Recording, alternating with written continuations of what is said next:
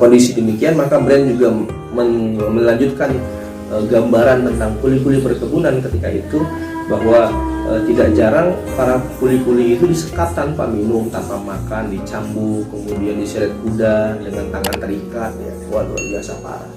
Di samping, jadi ada dua sisi sebenarnya. Secara positif pembangunan begitu luar biasa masif, kota-kota baru terbentuk, tapi di sisi yang lain terjadi penindasan, perbudakan yang luar biasa parah di Delhi ketika itu. Itulah kondisinya. Bahkan kalau kuli-kuli perempuan yang lebih parah, lebih menarik untuk kita telisik, bahwa mereka kalau mereka bersalah maka mohon maaf, intinya maka kuli-kuli perempuan yang hadir di Delhi itu bisa diarahkan untuk menjadi pelacur-pelacur. Nah, oleh karena itu Tan Malaka melihat fenomena itu, kemudian mengusulkan kepada penguasa perkebunan di sana di Delhi, bahwa ini harus tolonglah dikasih pendidikan, sehingga dia mengajukan sebuah proposal kebijakan kepada pihak Belanda untuk dalam bentuk pendidikan. Jadi anak-anak kuli kontrak itu daripada di rumah, dia harus disekolahkan. Kenapa? Karena kalau nggak disekolahkan, mereka juga akan lebih dahsyat kondisinya, ya. Bukan perbudakannya, tapi kondisinya lebih parah. Jadi kalau orang yang tidak berpendidikan, maka pertama dia tidak punya keterampilan, yang kedua dia akan menjadi malapetaka di masa yang akan datang. Nah, ini alasan ini yang kemudian dimasukkan, walaupun dalam pemikiran Tan Malaka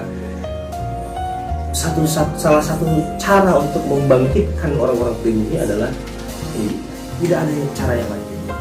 Ya, tidak ada cara yang lain, yaitu pendidikan. Jadi orang-orang pribumi memang harus diberikan pendidikan luar biasa. Nah, kenapa? Karena Tan Malaka menganggap bahwa anak kuli juga manusia. Ya, anak kuli juga manusia.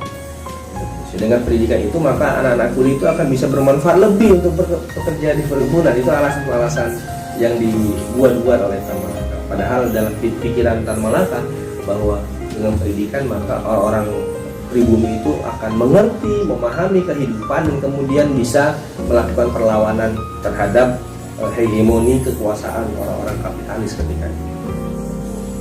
Dan ini mendapat tantangan dari para pemilik modal ketika itu, karena mereka menganggap bahwa sekolah-sekolah yang akan didirikan oleh Tan Malaka ini akan yang pertama hanya membuang-buang uang saja, tidak ada manfaatnya, dan kemudian ini tidak dibutuhkan, ya, karena ini akan berdampak buruk. Mereka sudah melihat ke arah sana, ya, bahwa hanya akan terjadi perlawanan ketika mereka disekolahkan.